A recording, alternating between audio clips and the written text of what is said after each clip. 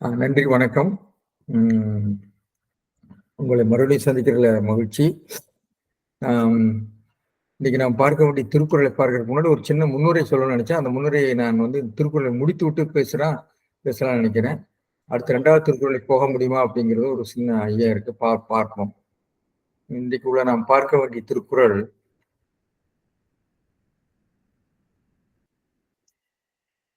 நன்றி செய்நன்றி அறிதல்ல நாம் பார்த்துட்டு இருக்கோம். செய்நன்றி அறிதல 106வது திருக்குறள்.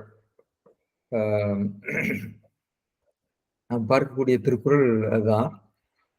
அதாவது மறவற்க மாசற்றார் கேண்மை, துறவற்க துன்பத்துள் துப்பாயார் நட்பு. மறவற்க மாசற்றார் கேண்மை, துறவற்க துன்பத்துள் துப்பாயார் நட்பு. இந்த இந்த திருக்குறள் சாதாரண விஷயத்தை தான் சொல்லுது. ஆனா இந்த திருக்குறள் நம்ம ஒரு திருக்குறளையும் நம்ம எடுத்துக்கொண்டு பார்க்கிற பொழுது அந்த திருக்குறளுடைய பொருள் எளிமையானதாக இருக்கும், அவனுடைய இலக்கண அமைதியும் எளிமையானதாக இருக்கும், அதனுடைய கருத்துக்கள்ல நமக்கு ஒரு சிக்கல் இருக்கும். அதை எப்படி அங்க பொறுத்துறது என்பது போல. அதுபோல இந்த திருக்குறள் அதனுடைய பொருள், அதனுடைய சொல்லமைப்பு, இலக்கண அமைப்பு எல்லாம் எளிமையானதாக இருந்தாலும் அதனுடைய பொருள் அமைதியில நிறைய கேள்விகளை எழுப்புகிறது. கேள்விகளை எழுப்பி அது ஒரு வேற வேற நிலைக்கு திருக்குறளுடைய கட்டமைப்பை பற்றி உள்ள சிந்தனைக்கும் வழிவகுத்தது. எனவே இந்த திருக்குறளை நான் முடித்து விட்டு உங்களோட அதை பேசுகிறேன். இப்ப இது செய்நன்றி என்ற அதிகாரத்துல இந்த திருக்குறள் மறவற்க மாசற்றார் கேண்மை, துறவற்க துன்பத்துள் துப்பாயார் நட்பு என்று 2 கருத்துல சொல்ற 2 வாக்கியம் இருக்கு. இதுல இந்த அதிகாரத்துக்கு ஏற்ற பொருள் போல தோன்றுவது துறவற்க துன்பத்துள் துப்பாயார் நட்பு. அதாவது நம்முடைய துன்ப காலத்துல துன்பத்துள் துப்புனா வலிமைன்னு ஒருத்தர் பொருள் சொல்றாரு, இன்னொருத்தர் ஆதாரம் என்று ஒரு பொருள் சொல்றாரு. நமக்கு வலிமையாக நமக்கு பலம் தந்த ஒருத்தர்னு ஒன்னொரு சொல்றாரு, இன்னும் ஆதாரமாக இருந்தவர், நமக்கு அதற்கு ஊட்டமாக இருந்தவர் என்ற இதை 2 பொருள் சொல்றாங்க. அப்போ இங்க இந்த நட்புல நமக்கு தக்க காலத்துல காலத்தினால் செய்த துன்ப காலத்திலே செய்தவருடைய நட்பை நாம் துறவற்க என்ற கருத்து நேரடியாக இதுக்கு பொருந்துகிறது. ஆனால் இன்னொரு முதல் வாக்கியம் ஒண்ணு இருக்கிறது, மறவற்க மாசற்றார் கேண்மை. அப்ப மறக்க கூடாது, மாசற்றாருடைய கேண்மையை மறக்க கூடாது. அப்ப இது இந்த மாதிரி ஒரு வாக்கிய கருத்து எப்படி இதோட பொருந்தது? இந்த பொருத்தம் அல்லது பொருத்தமின்மையை பற்றியோ அல்லது அதனுடைய பல்வேறு விளக்கங்களை பற்றியோ பல்வேறு பேர் ஆராய்ஞ்சிருக்காங்க. இப்போ மாசற்றவர்களாகிய சிறந்தவர்களுடைய நட்பை விடக்கூடாது. அப்ப அவர்கள் நன்றி செய்தவர்களாக இருக்கலாமோ என்று இப்படி நிறைய கேள்விகள் இருக்கு. நம்ம அதுக்கு பார்க்கலாம். அதுக்கு முன்னாடி என்னுடைய சொற்பொருளை பார்த்து விட்டு அதனுடைய விஷயங்களுக்கு நாம் போகலாம். மணக்குடவர் என்ன சொல்றாருன்னா, தனக்கு துன்பம் வந்த காலத்து இது முழுமையும் துறவற்க மறவற்க என்பது வியங்கோல். வியங்கோல் என்பது ஒரு அறிவுரை சொல்லக்கூடிய வாக்கியம். அதாவது ஏவலுக்கு அடுத்த நிலையில வேண்டல் வைதல் என்ன சொல்ற வேண்டிக் கொள்ளுது. வாழ்க, வருக, அமர்க, வாழட்டு அப்படின்னு சொல்றாங்க இல்லையா, அது மாதிரி வாழட்டும், போகட்டும், அது மாதிரி ஒரு ஒரு மன விளைவை சொல்லுவது அல்லது ஆணையிடுதல் என்ற பொருள் இதெல்லாம் வரும். அதான் வெங்கோல் என்பது எல்லாருக்கும் தெரியும். அப்போ இது ஒரு விதித்தல் பொருளை வரக்கூடிய ஒரு கருத்து. இதுல விளக்கவியல் இல்லை, நீ இதை செய்யணும் என்று சொல்றேன். சில விளக்கமாக இலக்கணம் மட்டும் சொல்லப்பட்டிருக்கும். அது டிஸ்கிரிப்டிவா இருக்கும், இது பிரிஸ்கிரிப்டிவா இருக்குது, நம்ம ஆங்கிலத்தை சொல்றோம். அப்போ இங்க தனக்கு துன்பம் வந்த காலத்து வலியாயினார்னு சொல்றாரு. துன்பம் வந்த காலத்துள் துப்புனா வலி. துப்புங்கிறது நிறைய திருக்குறள்ல பல பொருள்ல வருது. வலின்னு வருது, உணவுன்னு வருது, அடிப்படைன்னு வருது. பல பொருள்ல வருது. அது பற்றுக்கோடுன்னு ஒரு பொருளும் இருக்கு. அது பருமையில பற்றுக்கோடு ஆதாரமா இருக்கு. அப்படி எனவே துன்பம் வந்த காலத்து வலியாயினார் நட்பை விடாது ஒழிக. துறவற்கென விடாது ஒழிக. சரி, இந்த துறவற்க விடாது ஒழிகன்னு சொல்லி பொருள் எழுதிட்டேன். சரி சரி. மாசற்றார் கேண்மை அது எக்காலத்தும், அதாவது அவர் என்ன பண்றாருன்னா, துன்ப காலத்துல வந்தவர்களுடைய நட்பை விடக்கூடாது, எக்காலத்தும் குற்றமற்றாரது நட்பை மறவாத ஒழிக. அப்போ இங்க ரெண்டு கருத்து இருக்கு. எக்காலத்தும்ங்கிறது அதை கொண்டு வர்றாரு. இதுல இருந்து குற்றமற்றாரது நட்பை, மாசற்றாருன்னா குற்றமற்றாரது நட்பை, குற்றமற்றாரது நட்பு அவர்களுக்கு ஒரு வைப்பு போல, ஒரு டெபாசிட் போல. அது ஒரு வேளை அவர்கள் அந்த துன்ப காலத்தில் உதவலாம், வேறு காலத்தில் உதவலாம். அதனால அந்த பொருள்ல சொல்லியிருக்காரான்னு தெரியல. பல்வேறு பொருள் தளங்களுக்கு அதை விட்டு செல்கிறது. எனவே எக்காலத்தும் குற்றமற்றாரது நட்பை மறவாத ஒழிக, விடாது ஒழிக, மறவாத ஒழிக. ரெண்டுக்கு என்ன பொருள் அப்படிங்கிறத நான் பரிமேலழகரை பார்த்து விட்டு நம்ம இந்த விஷயத்துக்கெல்லாம் போறோம். பரிமேலழகர் என்ன பண்றாருன்னா, துன்பத்துள் துப்பு அயார் நட்பு துறவற்க. துன்ப காலத்து தனக்கு பற்றுக்கூடாயினார். துப்பு அப்படின்னா பற்றுக்கூடு. துப்பார்க்கு துப்பு ஆய துப்பு ஆக்கி. உணவுன்னு ஒரு பொருள் இருக்கு. உணவு, வலி, பற்றுக்கோடு, இதெல்லாம் பல பொருள் இருக்கு. துப்புனா துப்பு கட்டவன் சொல்றோம். மரியாதை கட்டவன் அர்த்தத்திலயும் வரும். அவனுக்கு துப்பு, அவனுக்கு நமக்கு துப்பு என்ன, சாப்பாட்டுக்கு என்ன வழி அப்படிங்கிற ஒரு பொருள்லயும் எல்லாம் இன்றைக்கு நமக்கு அந்த இருக்கு. துப்பறிதல், துப்புனா அதனுடைய மூலத்தை, அதனுடைய வேர்களை தேடுதல் அப்படின்னு நாம் பார்க்கிறோம். எனவே தனக்கு பற்றுக்கோடாயினாரது நட்பு விடாது ஒழிக துறவற்க. சரி. மாசற்றார் கேண்மை அறிவொழுக்கங்களில் குற்றமற்றாரது கேண்மை மறவாது ஒழிக. இதெல்லாம் நேர்பொருள், அதாவது சொல்லுக்கு சொல் நேர்பொருள் சொல்லிட்டோம். மறவாது ஒழிக. சரி. கேண்மை என்பதற்கு கேளாம் தன்மை. கேளாம் தன்மைனா தனக்கு உறவாக இருக்கக்கூடிய, நெருக்கமாக இருக்கக்கூடிய கேளாம் தன்மை, அவருடைய நெருக்கத்தை, அவருடைய தொடர்புன்னு சொல்லலாம். அதை நம்ம மறவற்க, அதை மறவற்க துறவற்க ரெண்டுக்கு நம்ம பிறகு வர்றோம். இம்மைக்கு உறுதி கூறுவார், மறுமைக்கு உறுதியும் உடன் கூறினார். இதுல கவனிச்சீங்கன்னா இரண்டு பேருமே இரண்டாவது வாக்கியத்தான் முதல்ல எடுத்து பொருள் எழுதுகிறார். அப்போ இந்த திருக்குறள்ல இரண்டாவது வாக்கியம் தான் முக்கியத்துவம் பெறுகிறதாக, அதாவது நம்ம சொல்லுவோம் இல்லையா, உத்தேசியம் விதேசியம், அதாவது டாபிக் அண்ட் கமெண்ட். அப்ப டாபிக் அண்ட் கமெண்ட் முதல் டாபிக் இரண்டாவது விஷயம்தான். துன்பத்துள் துப்பாயார் நட்பு துறவற்க. சரி. அதன் கூட இரண்டாவது கருத்தாக மறவற்க மாசற்றார் கேண்மை என்ற கருத்து வருவது போல இந்த கட்டமைப்பை மாற்றியிருக்கிறார். இந்த திருக்குறளுடைய வாக்கியமைப்பை மாற்றி இரண்டாவது பகுதியை முக்கியத்துவம் உடையதாக்கி இரண்டாவது பகுதியை இது பண்றாங்க. அகர முதல எழுத்தெல்லாம் ஆதிபகவன் முதற்றே உலகு. ஆதிபகவன் முதற்றே உலகு என்பதுதான் அந்த வாக்கியத்தினுடைய முக்கியம். அதுல அதுக்கு எடுத்துக்காட்டாக அதை அகர முதல எழுத்துங்கிறது சொல்லியிருக்கிறாங்க.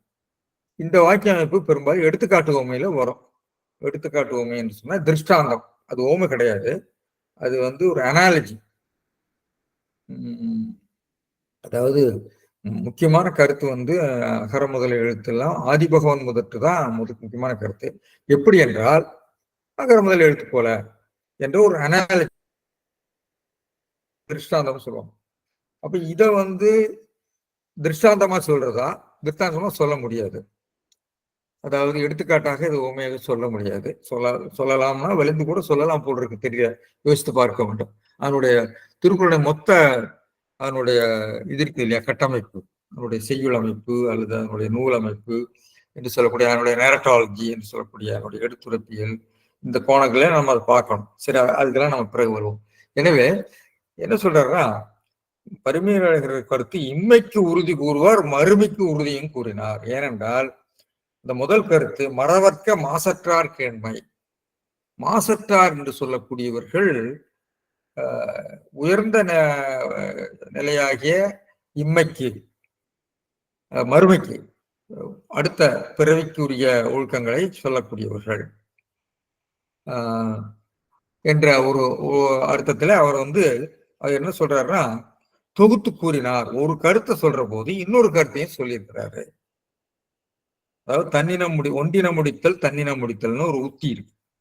ஒரு கருத்தை சொல்ற போது நம்ம வழக்கமா சொல்றோம்னு வச்சுக்கல, நம்ம டெல்லிக்கு இன்னைக்கு போறீங்களா, டெல்லிக்கு போனா ஆக்ராவுக்கு போயிட்டு வாங்க சார், தாஜ்மஹால் பார்த்துட்டு வாங்க அப்படின்னு சொல்ற மாதிரி. அல்லது இது எல்லா கட்டத்திலையும் நாம இருக்கு.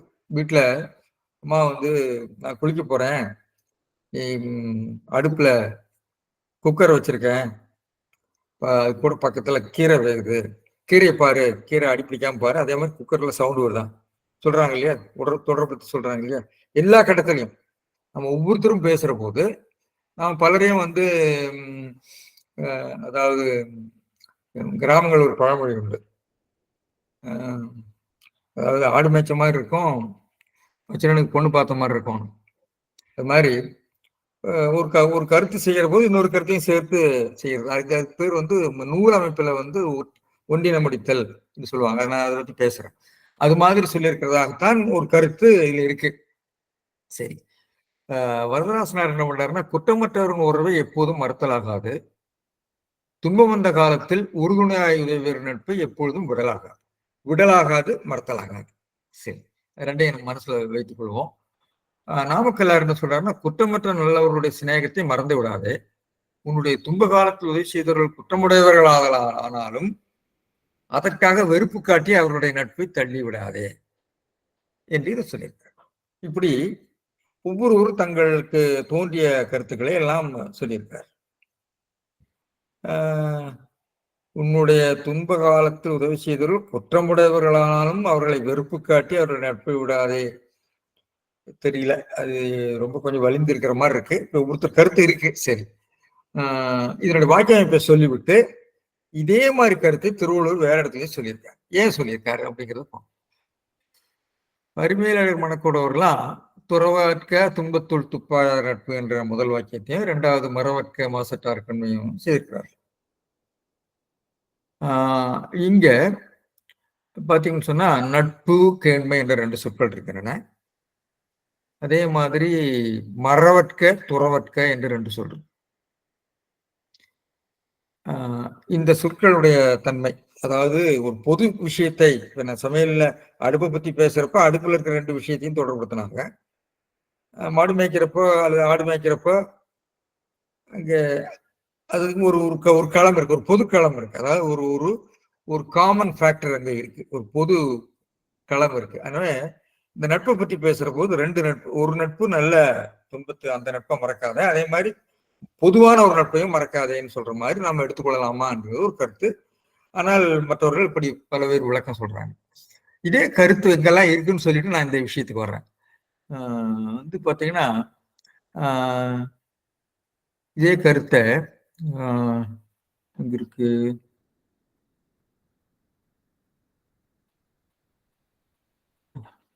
அதாவது திருக்குறள் எங்க இருக்குன்னு பாக்குறேன். பாருங்க, உள்ளற்க உள்ளம் சிறுகுவ கொள்ளற்க அல்லற்கண் ஆற்றறுப்பார் நட்பு. கொள்ளற்கான எதிர்மறையில சொல்லியிருக்காரு இதே கருத்தை. துன்பத்துள் துப்பாயார் நட்பு நீ விடக்கூடாது, அல்லற்கண் ஆற்றறுப்பார் நட்பை விட்டு விட வேண்டும்னு சொல்லியிருக்காரு. எதிர்மறையில அங்க சொல்லியிருக்காரு நட்புல. அதே மாதிரி இங்க மறவற்க மாசற்றார் கேண்மை என்று சொன்னார், அங்க மறுவுக மாசற்றார் கேண்மைன்னு சொன்னார்.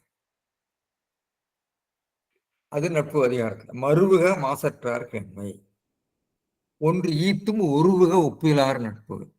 அவன் நட்பை விட்டு உதவி செய்யாதவனுடைய நட்பை விட்டு விடு. இதே கருத்து அங்கேயே இருக்கிறது. அங்க மறுவுக என்று உடன்பாட்டில் இருக்கிறது. அப்புறம் இன்னும் பாருங்க, எல்லைக்கண் நின்றார் துறவார் தொலைவிடத்தும் தொல்லைக்கண் என்றார் தொடர்பை துறவார். அதாவது நட்பினுடைய எல்லைக்கண் இருந்தவர்களுடைய நட்பை தொலைவிடத்தும் தொல்லைக்கண் என்றார் தொடர்பு. அதாவது நல்ல நட்பில் இருந்தவர்கள் நாம் கெட்டுப்போகிற காலத்திலும் நம்மை காத்து நின்றவர்களுடைய தொடர்பை துறவார், விட்டுவிட மாட்டார்கள். துறவார் என்பதுக்கு நம்ம எல்லாம் விட்டுவிட மாட்டார்கள் பொருள் சொல்லிட்டு இருக்கிறோம். அது அப்படிங்கிறது அர்த்தம். அப்புறம் அழிவந்த செய்யினும் அன்பரார் அன்பின் வழிவந்த கண்மைவர். அது ஒன்று நன்று உள்ள கெடும். இதுக்குள்ளேயே இன்னொரு திருக்குறள் வருகிறது. கொண்டனை என்ன செய்யணும் அவர் செய்த ஒன்று நன்று உள்ள கெடும். இப்ப இந்த கருத்துக்கள்ல ஒரு அதுக்கு தொடர்பு இருக்குது. தொடர்பு பல்வேறு வகையில நாம் அதை விளக்கம் சொல்லலாம். ஒன்று குறியீடு கூறலாக இருக்கலாம், அல்லது ஒரு இடத்துல அந்த அந்த இடத்துக்கு பொருத்தமாக இருக்கலாம், அல்லது வற்புறுத்தலாக இருக்கலாம் என்று நம்ம இதை பல வகையில அதனுடைய டிஸ்கோர்ஸ் ஸ்ட்ரக்சர்னு சொல்றாங்களா, அதனுடைய மொத்த உரையமைப்பை ஆராயிற போது நாம பொருள் சொல்லலாம். இதுல ரெண்டு விஷயங்கள் மட்டும். மாசு அப்படிங்கிறது, மாசற்றார் அப்படிங்கிறது திருக்குறள்ல நிறைய இடத்துல வருது. மாசற்றார், மாசரு காட்சியவர். மாசற்றாருங்கிறது மறுமைக்கு வழிகாட்டக்கூடியவர்கள் என்ற பொருளை அவர் எப்படி கொண்டு வர்றார் அப்படிங்கிறதுனால மாசற்றார் அப்படிங்கிறத அவர் திருக்குறள் இருக்கக்கூடிய ஆட்சியை பார்க்கிற போது மாசரு காட்சியவர், மாசற்றார் என்று நிறைய இடங்கள்ல திருக்குறள்ல நம்ம பார்க்கிறோம். மாசற்றார்னு சொன்னா ஒரு உயர்ந்த குற்றமற்ற நல்லவர் சிந்தனையாளர்கள் என்ற அர்த்தத்துல திருக்குறளை பயன்படுத்துறதுனாலதான் மாசற்றார் என்பதற்கு அவர் மறுமைக்கு வழிகாட்டக்கூடியவர் என்ற பொருளை கொண்டு வர்றார். அது ஒரு இந்த நூலகத்திற்கக்கூடிய சொல்லாட்சியை வைத்துக்கொண்டு அந்த சொல்லுக்கு அவர் ஒரு பொருள் கொண்டு வந்திருக்கிறார்கள். நம்ம இன்டர்டெக்சுவல் நாலேஜ்னு சொல்ல முடியாது. நூலகத்துள்ள சொல்லாட்சியினுடைய அடிப்படையில அதுக்கு ஒரு பொருள் சொல்லக்கூடிய ஒரு மரபை இங்க பார்க்கணும். அப்புறம் கேண்மை என்பது உங்களுக்கு தெரியும், நிறைய இடத்துல கேண்மை வருகிறது. கேண்மைக்கும் நட்புக்கும் வேறுபாடு இருக்கிறது அல்லது தொடர்பு இருக்கிறது சொல்லி எடவாண்டி சிறையை வளர்க்குவாங்க. இப்போ துப்பை பத்தியே நான் சொன்னேன். இப்ப நான் இந்த துப்புக்கு என்னென்ன பொருள் வருகிறது, நட்டார், நட்பது, இதெல்லாம் இங்க வர்ற திருக்குறள் வர்ற இடங்கள்லாம் நான் பார்த்து விட்டு இப்ப நான் என்னுடைய ஒரு சின்ன கருத்தை நான் இப்ப சொல்றது, இதுக்கு இந்த குரல் திறன்ல ஒரு பெரிய விளக்கம் விவாதம் நடக்கிறது. அதை பற்றி நான் பேசுறேன் கடைசியில. இதுல இந்த துறவற்க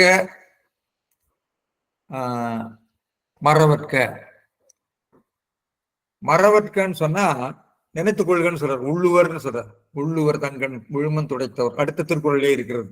அடுத்ததுல இதையே திருப்பி சொல்றாரு. இதே கருத்து திரும்ப வருகிறது. எழுமை எழுபிறப்பும் உள்ளுவர் தங்கன் விழுமம் துடைத்தவர் நட்பு. இதே கருத்து உடன்பாட்டுல சொல்றார். தங்கன் விழுமம் துடைத்தவர் தனக்கு துன்பத்துக்கு காலத்திலே உதவி செய்தவருடைய நட்பை அவர்கள் 7 பிறப்பிலும் நினைத்துக் கொள்வார்கள் என்று சொல்கிறார். இதே கருத்தை மறுபடியும் அடுத்த திருக்குறள் சொல்றார். அப்போ ஒரு கருத்தை திரும்ப திரும்ப சொல்லக்கூடிய ஒரு பாங்கை நம்ம பார்க்கணும். இது ஒருவேளை திருக்குறள்ல ஒரு 10 திருக்குறள்ல ஒரு கருத்தை சொல்லக்கூடிய ஒரு நிலைமை வருகிற போது சில வேளைகள்ல அந்த 10 இடத்தையும் நிரப்புவதற்காக வெவ்வேறு விதமாக அந்த கருத்தை சொல்லக்கூடிய ஒரு பாங்கா என்று நம்ம நினைத்து பார்க்கலாம். இதெல்லாம் மொத்தமான இந்த நூலமை பற்றிய சிந்தனையிலிருந்து வரக்கூடியது. இதுல என்னுடைய அடுத்த கேள்வி, மறவற்க துறவற்க, மறக்காதேன்னு சொன்னா நினைச்சுக்கோன்னு அர்த்தம். உடன்பாட்டுல சொன்னோம். துறவற்கன்னு சொன்னா விடாதேன்னு அர்த்தம். ஆனால் நாம மறவற்க என்பது துறவற்க என்பது மறக்கக்கூடாது என்ற பொருளிலே வருவதாக நம்ம சிந்திக்கிறதுக்கு கொஞ்சம் தயக்கம் இருக்கிறது. ஆனா சில வழக்குகளை பார்த்தீங்கன்னா, நான் எல்லாருக்கும் அழைப்பு அனுப்பினேன், அந்த நண்பருக்கு அனுப்ப மறந்துட்டேன், விட்டு போச்சுன்னு சொல்றேன். ஆமா, அது விட்டு போச்சே, அந்த அவருக்கு அழைப்பு அனுப்பலையே, விட்டு போச்சுன்னா மறந்துட்டேன்னு அர்த்தம். அப்போது போன்ற பொருளாக வருகிறது. அப்ப இந்த இடத்துல துறவற்க என்பது விட்டு விடுவதல் அப்படிங்கிறது மறுபடியும் மறவாதே என்பதனுடைய வேறு ஒரு பேராஃப்ரைஸ். அதாவது பேராசிரியர் மாதையன் இருக்கிறாரு, இது சினானிம்னு நம்ம சொல்ல முடியாது, நேரடியான சினானிம்னு சொல்ல முடியாது. ஆனால் அந்த அதாவது ஒரு பொருட்பன்மொழியாக சொல்ல முடியாது. ஆனா ஒரு பொருட்பன்மொழியினுடைய பொருள் வரக்கூடிய ஒரு சொல்லாட்சியாக இருக்குது. இது எப்படி செமாண்டிக்ஸ் சொல்லுவாங்கன்னு எனக்கு தெரியல. அவர் தான் சொல்லணும் அதுக்கு விளக்கம் கேட்டுக்கொண்டிருந்தார். எனவே இப்ப நான் வந்து அவருக்கு அழைப்பு அனுப்ப மறந்துட்டேன், இது விட்டு போச்சு சொல்றேன். விட்டு போச்சுன்னு சொன்னா மறந்துட்டேன்னு அர்த்தம். அப்போ விட்டு போதல் என்பது அந்த இடத்துல மறத்தல் என்ற பொருளே வருகிறது. எனவே என்னுடைய கேள்வி, இந்த மறவற்க மாசத்தார் கேண்மை அதை நினைத்துக் கொள்ள வேண்டும், மாசத்தார் கேண்மை நினைத்துக் கொள்ள வேண்டும் என்று உடன்பாட்டில் சொல்லலாம். துறவற்க என்னன்னா விடாதீங்க, மறவற்க என்பது மறவற்க என்பது திரும்ப வருகிறது, வேறொரு வடிவத்தில் வருகிறது. அது நேரடியான ஒரு பன்மொழியாக இல்லாமலும் அதை அந்த ஒரு பொருட்பன்மொழியினுடைய பொருள் வரக்கூடிய சொல்லாட்சியை சொல்லி இருக்கிறார். துறவற்க விட்டு விடுறதுன்னு அர்த்தம் இல்லை, அது வந்து மறக்க கூடாது அப்படிங்கிற அர்த்தம் தான். மறுபடியும் மறக்கக்கூடாது என்று செய்நன்றியர்களுடைய அந்த பொருள் பட அதை அமைத்திருக்கிறாரோ என்று எனக்கு தோன்றுகிறது. இது ஒரு கேள்வி. இப்போ அடுத்த கேள்வி, இதுல வந்து நான் என்னுடைய சிந்தனைகளை சொல்லிவிட்டேன். இப்போ இந்த திருக்குறளுக்கு பலருக்கும் பலர் விதமான ஆராய்ச்சிகள் நிறைய எழுதியிருக்காங்க. நான் ரொம்ப ஆச்சரியமா இருந்தது, சாதாரண திருக்குறள் தானே கடந்து போய்விடலாம் வந்து படித்துக் கொண்டிருந்த போது தண்டவாணி தேசியர் ஐயா எழுதியிருக்காரு, இந்த குரல் திறன் ஒரு வெப்சைட்ல இருக்கு, அவர் நிறைய எழுதியிருக்காரு, இப்ப நிறைய பேர் ஒவ்வொரு நிறைய எழுதியிருக்காங்க. அதை பற்றி சிந்தித்துக் கொண்டிருந்த பொழுது வேற சில சிந்தனைகள் வந்து அதை நான் அடுத்து உங்களோட பகிர்ந்து கொண்டு அடுத்த திருக்குறளுக்கு போக நினைக்கிறேன். இவர் வந்து இந்த செய்நன்றி அறிதலுக்கு பற்றி இந்த குரல் திருநாசனுடைய கருத்தை நான் சொல்றேன். இது வந்து செய்நன்றி அறிதல்ல சொல்லியிருக்கிறாரு. ஆனா நட்பு தொடர்பான செய்திகள்லாம் இதுல வருகிறது. இது ஏன் இங்கே சொல்லப்பட்டிருக்கிறது? கேண்மை என்பது நட்பாட்சி. ஏன்னா நட்பு கேண்மை ரெண்டும் வருகிறது. நட்பு பற்றிய செய்திகளை இங்கே சொல்ல வேண்டிய அவசியம் என்ன? மாசற்றார் கேண்மைக்கும் செய்நன்றி அறிதலுக்கு என்ன தொடர்பு அப்படின்னெல்லாம் அவர் ஒரு கேள்வி எழுப்பி கொண்டு, அது பரிமேலழகர் வந்து அதை எப்படி நினைச்சாருன்னா, இம்மைக்கு உதவி செய்கின்றவர்களோடது நட்பு, மறுமைக்கு உதவி செய்கின்றவர்களுடைய நட்பு கேண்மை நாம் நினைத்துக் கொள்ள வேண்டும் என்ற கருத்தை சொல்லியிருக்கிறதாக பரிமேலழகர் சொல்றார். ஏன்னா நட்பாராய்தல மறுவுக மாசற்றார் கேண்மை என்று உடன்பாட்டிலேயே சொல்லியிருக்கிறார் என்று பார்க்க. எனவே உடன்பாட்டு முகத்துல சொல்லியிருக்கிறார். ஆனால் இவர் ஒரு விளக்கம் சொல்றார். நாம் அதாவது 3 பேர் கருத்து, நாமக்கல்லார் கருத்து, தண்டவாணி தேசியர் கருத்து, சாரங்கபாணி கருத்து, 3 பேர் கருத்தை நான் இங்க அவர் சுருக்கி சொல்லியிருக்காரு. நான் சொல்றேன், ஒரு துன்பத்தில் நமக்கு உதவி இருந்தால் அவர் நீக்கத்தக்கவரானாலும் அவரை புறக்கணிக்க வேண்டாம். துன்பத்துள் துப்பாயார் நட்பு மாசற்றார் கேண்மைக்கு இணையாக வைத்து எண்ணப்படத்தக்கது அப்படிங்கிற ஒரு கருத்தை இவர் சொல்றாரு. இது வந்து அதனாலதான் வந்து இங்க சொன்னார் அப்படின்னு ஒரு சொல்றாரு. ஆனா நாமக்கல்லார் சொல்றாரு. தண்டவாணி தேசியர் வந்து என்ன சொல்றாருன்னா, ராமலிங்கனார் மாசற்றார் கேண்மை மறவற்க என்பதை அடுத்து துன்பத்துள் துப்பாயார் நட்பு துறவற்க என வந்த மீன், துன்பத்துள் துப்பாயார் எவ்வளவு தீயராயினும் அவரிடம் உள்ள தீமை கருதி விலகலாகாது, அவர் உதவி செய்த கால அருமை நோக்கி எப்பொழுதும் பழகுதல் வேண்டும் என்று உரை வகுப்பது அதிகாரத்தோடு பெரிதும் ஏய்புடைத்தாதலே அன்றி நயமுடையதுமாகும் என நாமக்கல்லார் உரையை அவர் ஏற்கிறார். ஆனால் இந்த வலிந்து கோடலாகும் இக்கொண்டு கூட்டு போலவே துப்பின்மையை மாசற்றாரோடு கூட்டி பொருள் செய்தால் வரம்பில் பொருள்கோளாய் முடியும் என நாமக்கல்லார் கருத்தை சாரங்கபாணி மறுத்திருக்கிறார். இது உண்மையிலே சாரங்கபாணியினுடைய கருத்து சரிதானே எனக்கு தோன்றுகிறது.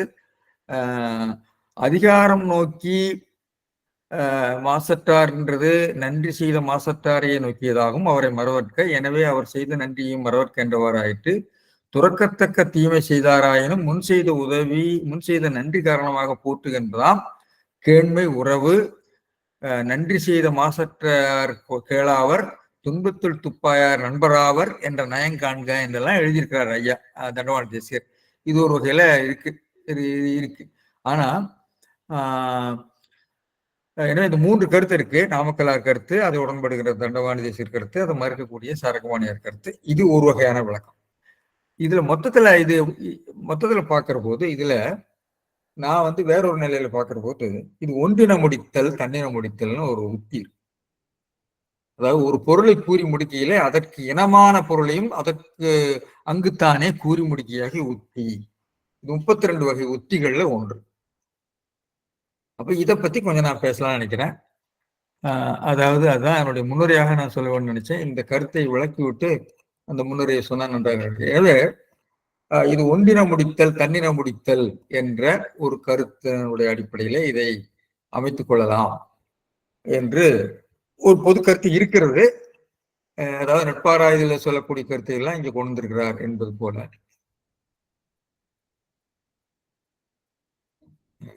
இதுல இது உத்தியாக நாம் எடுத்துக்கொள்ளலாம். அப்போ இந்த மொத்தத்துல ஒரு சிந்தனை வந்தது. நாம இப்போ மொத்த ஒரு திருக்குறளுடைய நூலமைப்பு பற்றிய சிந்தனைக்குள்ள நம்ம புகுகின்றோம். அதாவது திருக்குறள் எத்தகைய படைப்பு என்ற திருக்குறள் என்ற பானுவல் அது ஒரு செய்யுள் நூலா, செய்யுள் என்ற இலக்கியமா, அல்லது அறிவு நூலா என்ற ஒரு கேள்விக்கு வருது. அது எந்த வகை, அந்த திருக்குறள் என்ற பானுவல் எந்த வகையை சேரும்? தொல்காப்பியத்துல 2 பாகுபாடு இருக்கிறது. செய்யுள் என்ற இலக்கியம், அதுக்கு 32 நில உறுப்புகள் எல்லாம் சொல்றாரு. அப்புறம் நூல் என்ற ஒன்றை சொல்றாரு. நூல் என்பது அறிவியல் நூல், சாஸ்திர ஒர்க், சாஸ்திரிக் ஒர்க்கு. இது லிட்டரரி காவியம். காவியம் சாஸ்திரம்னு சம்ஸ்கிருதத்தில் சொல்லலாம். காவியம் சொன்னா, காவியம்னா நம்ம எப்பிக் இல்ல, செய்யுள் அர்த்தம். சாஸ்திரம்னு சொன்னா நூல் அர்த்தம். நாம அதுக்கேற்பதான் அந்த சொல்ல பயன்படுத்தியிருக்கோம். அப்போ திருவள்ளுவர் செய்யுள் இயலில செய்யுள் உறுப்புகளை பற்றி பேசிவிட்டு கடைசியில நூலை பற்றி தந்திர உத்தி என்று சொல்லப்படுகின்ற நூல் புணர்ப்பு உத்தியை பற்றி 32 உத்திகளை சொல்லுவார். அது என்னங்கிறது உங்களுக்கு எல்லாருக்கும் தெரியும். அதாவது நூல் என்பது அறிவியல் கருத்துக்களை ஆராய்கின்ற அறிவியல் பணுவல்கள், சாஸ்திர நூல்கள் என்று சொல்ல வேண்டும். அதாவது அரசியல், இலக்கணம், வானியல், மருத்துவம், இதை பத்தி எல்லாம் சொல்லப்படுது. அதாவது இப்ப திருக்குறள் செய்யுளா நூலா என்ற ஒரு கேள்வி வருகிற போது, இன்பத்துப்பால் நிச்சயமாக அது காவியம்தான். அவர் இன்பத்துப்பால்னு சொல்லக்கூடாதுன்னு நம்ம நண்பர் சொல்லிட்டே இருக்காரு. ஆனா இன்பத்துப்பால்ங்கிறது எனக்கு வழக்கமா வருது. அதுக்கு என்ன ஆதாரம்னு தெரியல. அடுத்தது, மற்ற ஏனைய பகுதிகள்லாம் சாஸ்திரம், அறிவியல் தன்மை உடையது. ஆனால் அதை சொல்லியிருக்கிற முறையில, அதாவது அறிவியல் நூல்கள் என்பதில் 2 வகை உண்டு. ஒன்று தூய அறிவை மட்டும் எடுத்து பேசக்கூடிய பியூர் சயின்ஸ், அது சயின்டிபிக் ட்ரீட்டைஸ். இன்னொன்று அதை எடுத்து பாப்புலர் சயின்ஸ், அறிவியல் நூல்களை சொல்ற மாதிரி அந்த அறிவியல் கருத்துக்களை எடுத்து எளிய நடையில எல்லாருக்கும் வழங்கக்கூடிய நடையில சொல்றது. இன்னொன்று அதை பயன்படுத்துகிற முறையை பற்றி பேசுறது. இந்த நூல்களா இருக்கு. அது அப்புறம் ஒரு அறிவியல் கருத்துக்களையே பாடநூலாக சொல்றது, பெடகோகிக்கா சொல்றது என்று பல நிலைகள் இருக்கு. திருக்குறளை இது எந்த வகையில வரும்? அது திருவள்ளுவர் நிச்சயமாக ஒரு அடிப்படை ஆராய்ச்சி நூலாகவும் எடுத்துக்கொள்ளலாம். ஒரு தொகுத்து சொல்லக்கூடிய ஒரு தொகுப்பாளராக, பாடநூலாசிரியராகவும் சொல்லலாம். பிறகு பயன்படுத்தக்கூடிய, அதாவது மக்களுக்கு வழிகாட்டக்கூடிய, இப்போ நீங்க தேங்காய் எண்ணெய் பற்றி ஆராய்ச்சி பண்ணி தேங்காய் எண்ணெயில என்னென்ன கொழுப்பெல்லாம் இருக்கு என்று சொல்லிடுவாங்க. அதை பத்தி ஒருத்தர் கட்டு எழுதுவாரு. இன்னொருத்தர் சொல்லுவாரு, இல்ல தேங்காய் எண்ணெயில் இப்படி இருக்குனால இதை சாப்பிடாதீங்க, ஒருத்தர் எழுதுவாரு. இன்னொருத்தர் சாப்பிடுங்கம்பாரு. இப்போ இப்படி தினம் புதுசு புதுசா ஆராய்ச்சி முடிவுகள் மாறிட்டே இருக்கு. அதனால அதுக்கு பின்புலத்துல ஒரு உள்நோக்கம் எல்லாம் இருக்கும். இந்த அறக்கருத்துக்களை சொல்வதிலேயே உள்நோக்கங்கள் எல்லாம் உண்டு. அதை பற்றி பேசினா நம்ம இடைப்பெறவர்களாக போய்விடும். என்றால் அறக்கருத்துக்களை வற்புறுத்துகிற போது நாம் ஒரு பொதுமையை நோக்கி போகிறோம். அந்த பொதுமையை நோக்கி போகிற போது இப்பொழுது அரசியல் சிந்தனையிலையும் உங்களுக்கு வந்துடும், இல்ல காமன் சிவில் கோடுன்னு வந்துடும். அது மாதிரி சிந்தனைக்கெல்லாம் நம்ம போகிறோம். அப்போ பொதுமை சிந்தனை ஒரு சமூகத்தினுடைய நாகரிகப்படுத்துறது, பொதுமைப்படுத்துறதுங்கிறது ரொம்ப முக்கியம். உதாரணமா இப்போ யூனிஃபார்ம் சிவில் கோட் அப்படிங்கிறது கேட்பதற்கு சரிதான். ஒரு காலத்துல நமக்கு யூனிஃபார்ம் கிரிமினல் கோடே இல்லாம இருந்தது, அது தெரியும் உங்களுக்கு. மன்றோ காலத்துலதான் 1820 தான் அந்த இந்தியன் பீனல் கோடு என்பது எல்லாருக்கும் பொது குற்றச்சட்டம் என்பது பொதுவாக வருது. மிகப்பெரிய புரட்சி. அது இந்திய மக்கள் எல்லாருமே அதை வெள்ளைக்காரர்களை விரும்பினதுக்கு காரணம் அது ஒரு காரணம். ஒரு யூனிஃபார்ம் சிவில் கோடு. ஏன்னா மனுவாதி ஒரு குலத்துக்கு ஒரு நீதி இருந்தது. அப்ப யூனிஃபார்ம் சிவில் கோடுங்கிற வரவேற்கத்தக்க. அதே மாதிரி யூனிஃபார்ம் கிரிமினல் கோடு வரவேற்கத்தக்கது போலவே யூனிஃபார்ம் சிவில் கோடு வரவேற்கத்தக்கது தான். ஆனால் இது எவ்வளவு தூரம் சாத்தியம்? அதாவது குதிரைக்கு போடுறாம யானைக்கு ஏறாமா அப்படிங்கிறது ஒரு கேள்வி. அது ஒரு கேள்வி எல்லாம் வரும். நம்ம அதுக்கு போக வேண்டாம். இப்ப திருவள்ளுவர் கூட ஒரு வகையான ஒரு யூனிஃபார்ம் சிவில் கோடு தான் கொண்டு வர்றாரு. ஒரு பொது சட்டத்தை கொண்டு வர்றாரு. ஏன்னா பொது சிவில் சட்டத்துல அவருடைய சில விருப்பு வெறுப்புகளையும் சொல்லியிருக்கிறார். உதாரணமா கொல்லாமைங்கிறது சொல்றாரு, ஊனுண்ணாமை சொல்றாரு. முதல்ல சாப்பாட்டுலயே அவர் நீ இந்த சாப்பிடக்கூடாதுன்னு சொல்லிடுறாரு. இதுல திருக்குறளை பொதுநூல் என்று சொல்லக்கூடிய இந்திய அரசாங்கத்துடைய பொதுநூலாக சொல்லணும், உலக பொதுமுறை என்று சொல்லக்கூடியவர்கள் எத்தனை பேரு திருவள்ளுவர் சொல்லியிருக்கக்கூடிய ஊனுண்ணாமையை பின்பற்றுகிறார்கள் என்பது ஒரு கேள்விக்குரிய விஷயம். கல்வுண்ணாமை அடுத்தது. இப்படி நிறைய கேள்விகள் இருக்குது. எனவே எல்லாத்துக்குமே ஒரு டிகிரி தான், ஒரு அளவு தான். சரி, நாம அதுக்கு ரொம்ப போக வேண்டாம். எனவே இது திருக்குறள் ஒரு தொகுத்து அறிவூட்டும் ஒரு பாடநூல் போலையும் சொல்லலாம்.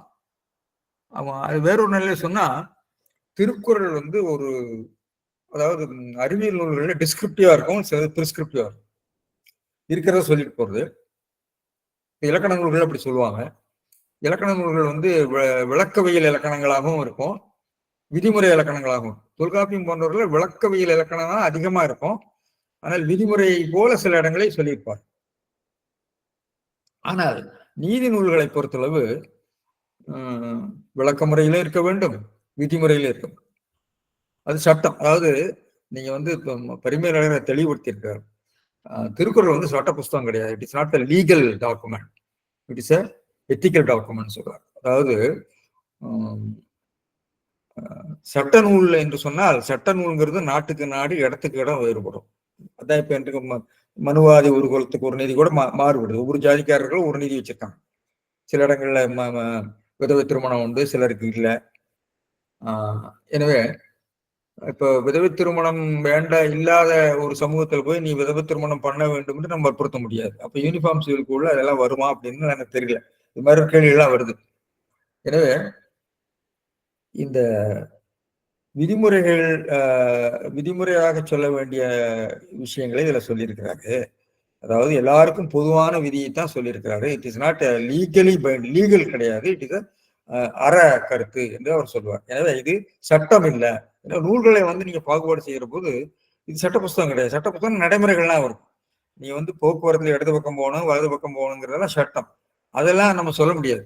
போக்குவரத்து ஒழுங்கா போகணும்னு தான் மொத்தமா சொல்ல முடியும். அது மாதிரி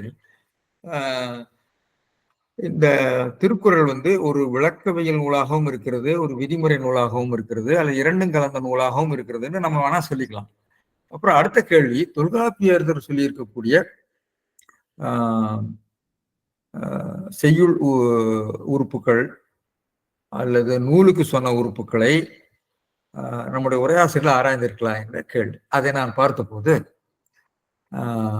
முதல்ல நம்ம திருக்குறளில நிறைய இன்பத்துப்பால் போன்றவற்றையெல்லாம் அவர் பெரும்பாலும்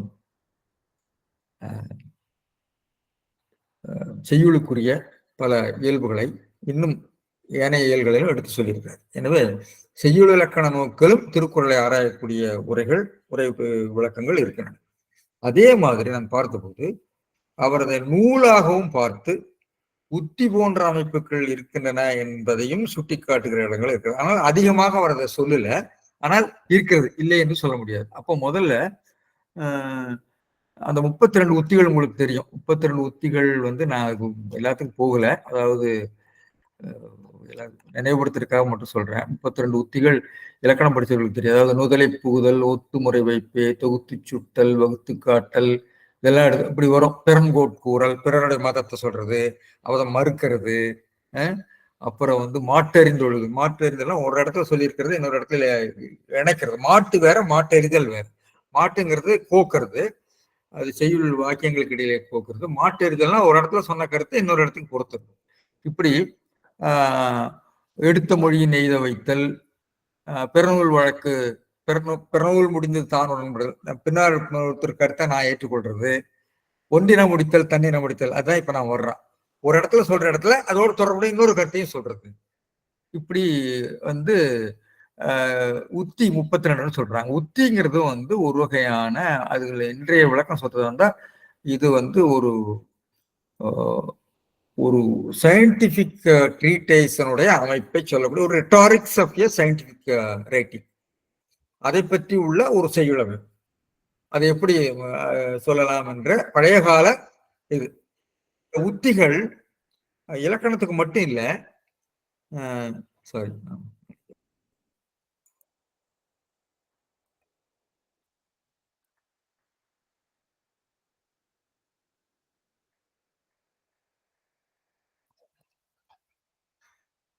செய்யுள் அதாவது அதாவது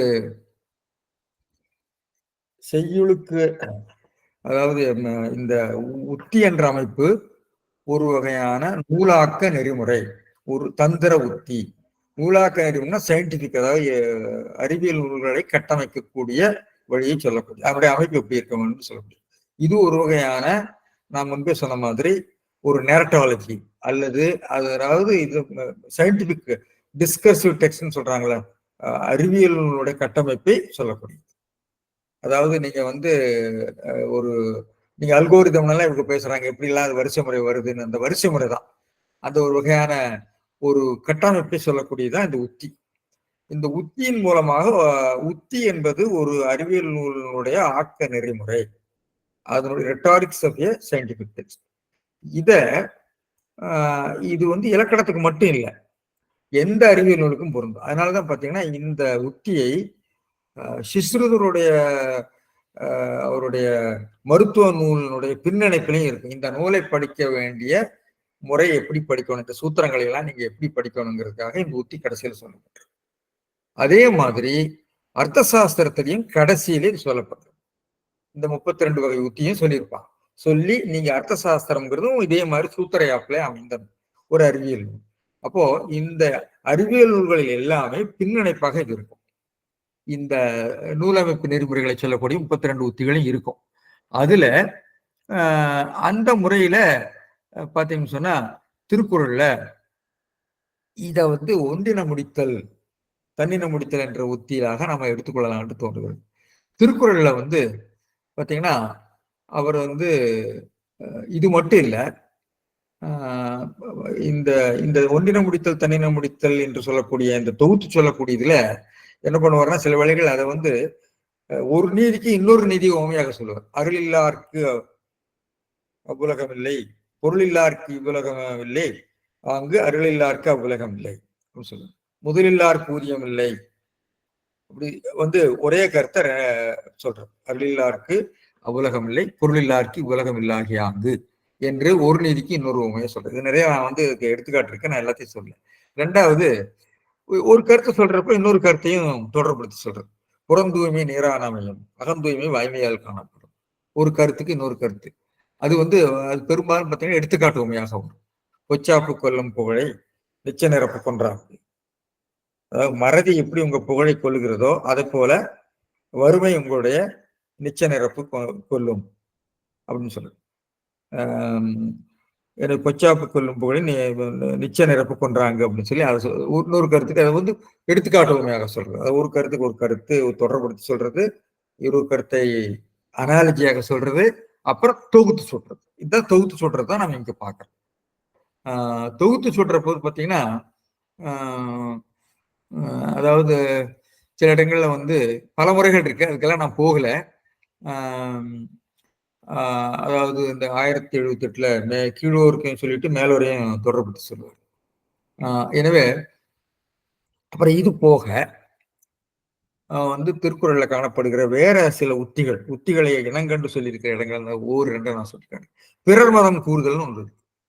பிறர் மதம் கூற பெருங்கோட் கூறல்னு சொல்லுவாங்க. பெருங்கோட்கூறல் பெருங்கோட்கூறல்ங்கிறதுக்கு பாத்தீங்கன்னா அந்த இல்லறம் துறவரம் என்று சொல்லும் போது திருவள்ளுவர் சொல்லியிருப்பார். அதாவது பெருங்கோட்கூறலாக அவர் சொல்வார். 41வது திருக்குறள் சொல்வார். அதாவது என்ன 41வது திருக்குறள்